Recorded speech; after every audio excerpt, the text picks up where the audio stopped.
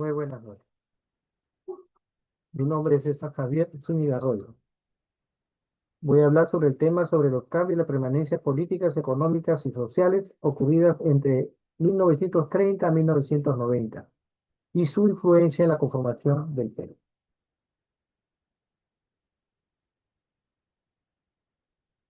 Exploraremos la compleja transformación del Perú entre 1930 y 1990, un periodo crucial que marcó su trayectoria hacia la modernidad. Analizaremos los cambios y las permanencias de las esferas políticas, económica y social, destacando el rol de los presidentes de la época y su influencia en la conformación del Perú actual. No se trató de una simple transición, sino de un proceso lleno de tensiones, crisis y momentos de gran incertidumbre. Veremos cómo la herencia del pasado oligárquico, la implementación de la reforma agraria y el auge del terrorismo y las crisis económicas moldearon al país. El Perú oligárquico, ocurrido entre 1930 y 1962. Estaba dominado por una oligarquía terrateniente, con una economía dependiente de una exportación de materias primas y una profunda desigualdad social. El poder político estaba en manos de una élite, mientras que la población rural vivía en condiciones de pobreza y marginación. Presidentes como Leguía, que se aprecia su foto, y Manuel Prado Ugarteche representaron la continuidad del sistema oligárquico, aunque con matices en sus políticas económicas. La década de 1950 vio el auge de las políticas populistas bajo el gobierno de Manuel Aodría, pero la estructura del poder fundamental permaneció inalterable. La reforma agraria y el gobierno revolucionario de las Fuerzas Armadas.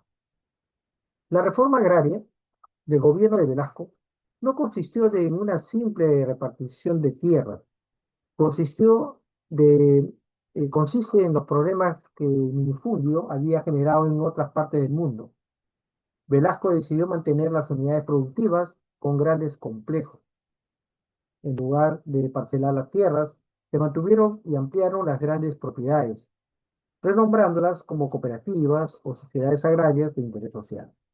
Esto significó que el Estado se convirtió en un nuevo dueño de las tierras, administradas por gerentes nombrados por el gobierno. Se implementó un sistema de precios controlados con la intención de que los campesinos colaboraran con los sectores urbanos más pobres, ofreciendo productos a bajo costo. Sin embargo, esta política de precios controlados resultó perjudicial para el sector agrícola. La idea de que los campesinos deberían colaborar con los pobres de la ciudad, ofreciendo productos baratos, se basaba en la creencia de que la reforma agraria era un enorme aporte del gobierno a la clase campesina, compensándolo la falta de reformas urbanas. Hubo dos resultados, uno parcial y otro fracaso. Por respecto al parcial, la reforma liberó a los campesinos en las ataduras serviles, les dio derechos políticos y los integró al sistema político de una forma que ningún otro gobierno había logrado. En su fracaso, las propuestas productivas del gobierno fueron poco realistas y provocaron un serio retraso en la productividad agraria. El modelo asociativo implementado fracasó y los campesinos rechazaron el sistema, parcelaron las tierras, eliminando la economía de escala. Esto condujo a un fracaso económico, con una disminución en la rentabilidad agraria y en la producción de alimentos. La política de precios controlados distorsionó el mercado y perjudicó el sector agrícola. Sin embargo, la adquisición de ciudadanía por parte del campesinado impidió que Sendero Luminoso incendiara completamente la pradera campesina. El fracaso económico del campo, junto con la falta de autogestión, llevó a que los campesinos rechazaran el modelo implementado por Velasco, parcelando las tierras y eliminando la economía del campo.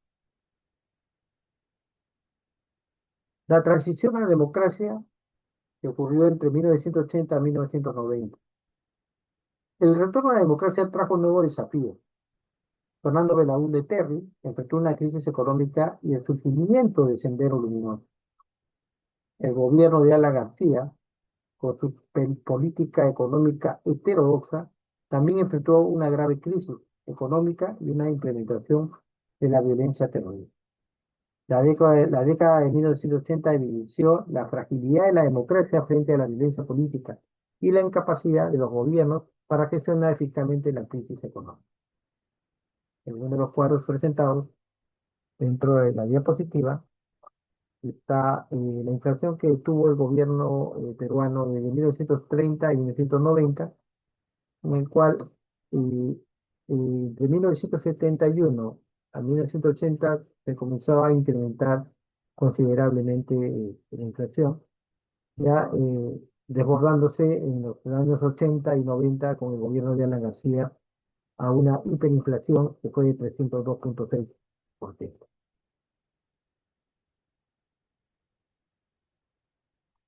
Como conclusión, el Perú entre 1930 y 1990 experimentó una transformación profunda, pero con un legado complejo.